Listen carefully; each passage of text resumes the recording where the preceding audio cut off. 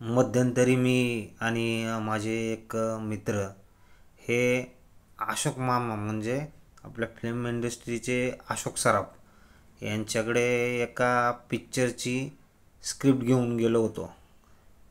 पुण्यामध्येच गेलो होतो त्यांना भेटायला.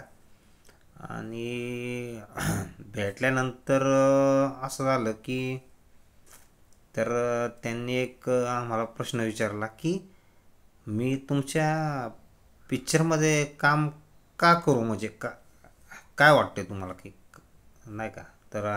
त्यांनी हा प्रश्न विचारल्यावरती आम्ही पण जरा थोडेसे गडबडलो.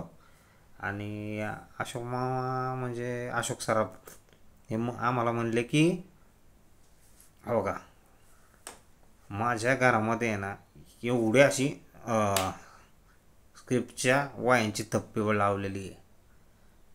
ते सगळ्या मी पिक्चरच्या स्क्रिप्ट नाकारल्यात. तर आता तुमच्या पिक्चरमध्ये मी काम का करू, असा त्यांनी आम्हाला प्रश्न विचारला. तर त्याच्यावरती मी त्यांना म्हणलो ठीक आहे मामा, तुमचा प्रश्न बरोबर आहे, पर फक्त आहे ना तुम्ही आहे ना आमची पिक्चरची स्क्रिप्ट वाचा, जे पानांची वही आहे ती एकदा वाचा. जर तुम्हाला आवडली तर तुम्ही पिक्चरला हो म्हणा, आणि नाही आवडली तर नाही म्हणा, आमचं तसं काही नाही.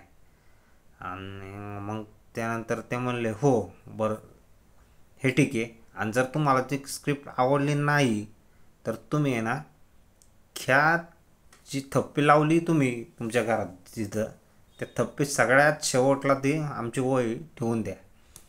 तर ते मामा पण त्यावरनं जरा हे झाले की नाही का, की काहीतरी असं नाही या स्टोरीमध्ये पिक्चर्स. तर ती स्टोरी ते हळूहळू वाचायला लागले. त्यांनी 1 पान वाचलं, 2 पान वाचले, 3 पान वाचले, असे जवळपास त्यांनी सगळी पिक्चरची जी स्क्रिप्ट होती ती सगळी वाचली. आणि त्यांना स्टोरी इतकी पिक्चरची ती आवडली. तर ते मग त्यांचा लगेच आवडल्यामुळे तो खूप खुश झाले. आणि मग त्यांचा एक 8 दिवसांनी निरोप आला की मी पिक्चरमध्ये काम करायला तयार आहे तुमच्या. पण नंतर थोड्या दिवसांनी 1-2 वेळा आमच्याकडे निरोप आला. पण निरोप आल्याच्या नंतर